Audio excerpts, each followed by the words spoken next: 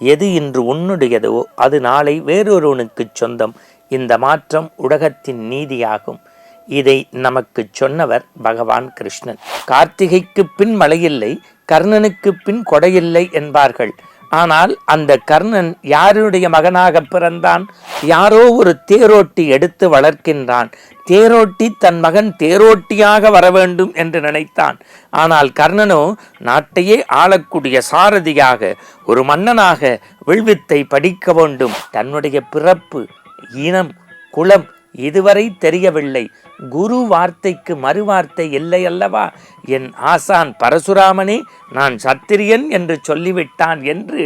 ஆனால் அவர் சொல்ல சாபம், சரியான நேரத்தில் உன் வில்வித்தை மறந்து போகட்டும், உனக்கு கை கொடுக்காமல் இருக்கட்டும், போ சத்திரியா என்று சொன்னாலும் கூட அந்த சாபத்தை வரமாக ஏற்றுக்கொள்கின்றார். எது நடந்ததோ அது நன்றாகவே நடந்தது. எது நடக்க இருக்கிறதோ அதுவும் நன்றாகவே நடக்கும். எதை நீ கொண்டு வந்தாய் அதை இழப்பதற்கு? எது இன்று உன்னுடையதோ அது நாளை வேறொருவனுக்குச் சொந்தம். இந்த மாற்றம் உலகத்தின் நீதியாகும். இதை நமக்கு சொன்னவர் பகவான் கிருஷ்ணன்.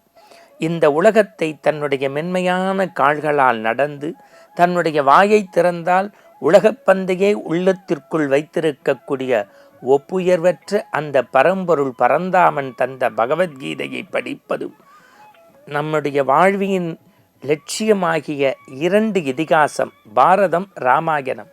அதில் ராஜாஜி சொன்னதைப் போல பாரதம் இன்று மட்டுமல்ல என்றும் இந்த மண்ணின் மனம் பேசக்கூடிய, மண்ணின் மரபார்ந்த செய்திகளை சொல்லக்கூடிய ஒரு மகா காப்பியம். அந்த பாரதத்தையும் பகவத்கீதையும் சாறு பிடிந்து இன்றைக்கு சில செய்திகளை உங்களுக்கு சொல்லப் போகின்றேன்.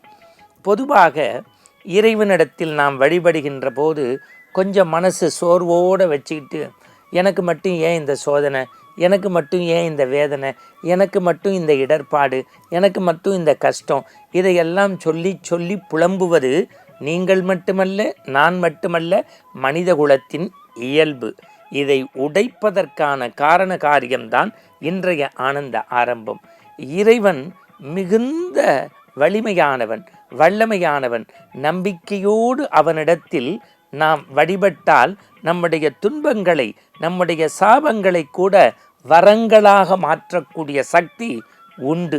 அதை எப்படின்னு பாரதத்தில் பாருங்க, உங்களுக்கு தெரியும். கார்த்திகைக்கு பின் மழையில்லை, கர்ணனுக்கு பின் கொடையில்லை என்பார்கள். ஆனால் அந்த கர்ணன் யாருடைய மகனாக பிறந்தான்? குந்தியின் மகனாக பிறக்கின்றான். ஆனால் பெற்றது குந்தி என்று அவனுக்கு தெரியாது. தொட்டிலில் வைத்து விடப்பட்டாள். யாரோ ஒரு தேரோட்டி எடுத்து வளர்க்கின்றான்.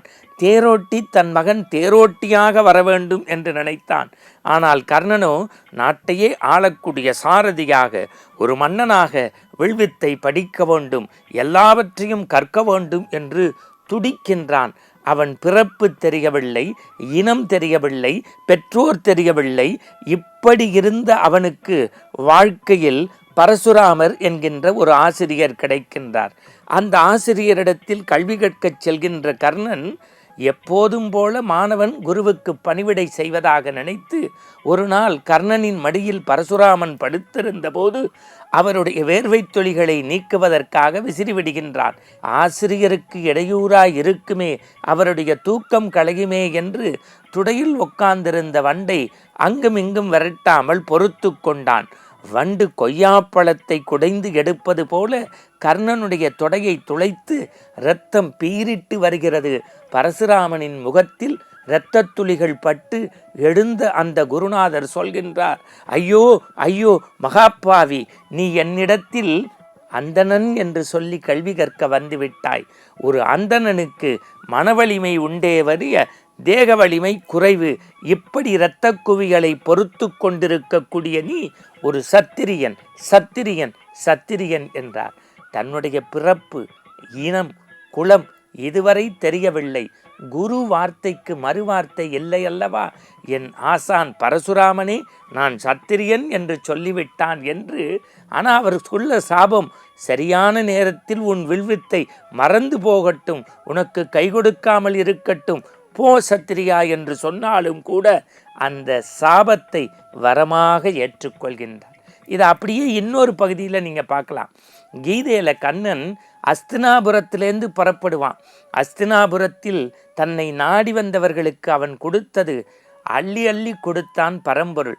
இல்லையென்று சொல்லாது கொட்டி கொடுத்த கர்ணனைப் போல விஞ்சியவன் இந்த கண்ணன். ஆனால் குந்தி தேவி கண்ணனிடத்தில் கண்ணன் கேட்கின்றான், அத்தை குந்தியே, அஸ்தினாபுரம் விட்டு அனுதினமும் பிரியாமல் இருந்த நான் இப்பொழுது பிரியப் போகிறேன், என்ன வரம் வேண்டும்? உடனே கேட்கின்றார், கண்ணா எனக்கு கொஞ்சம் கஷ்டம் கொடு, கண்ணா எனக்கு கொஞ்சம் கஷ்டம் கொடு.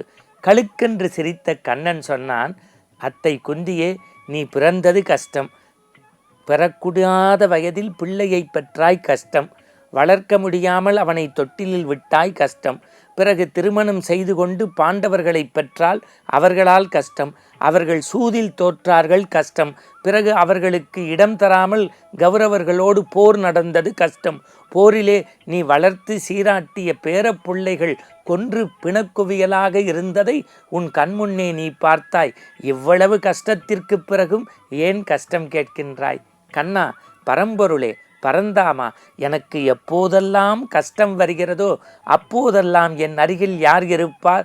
பரம்பொருள் நீதானே இருப்பாய்.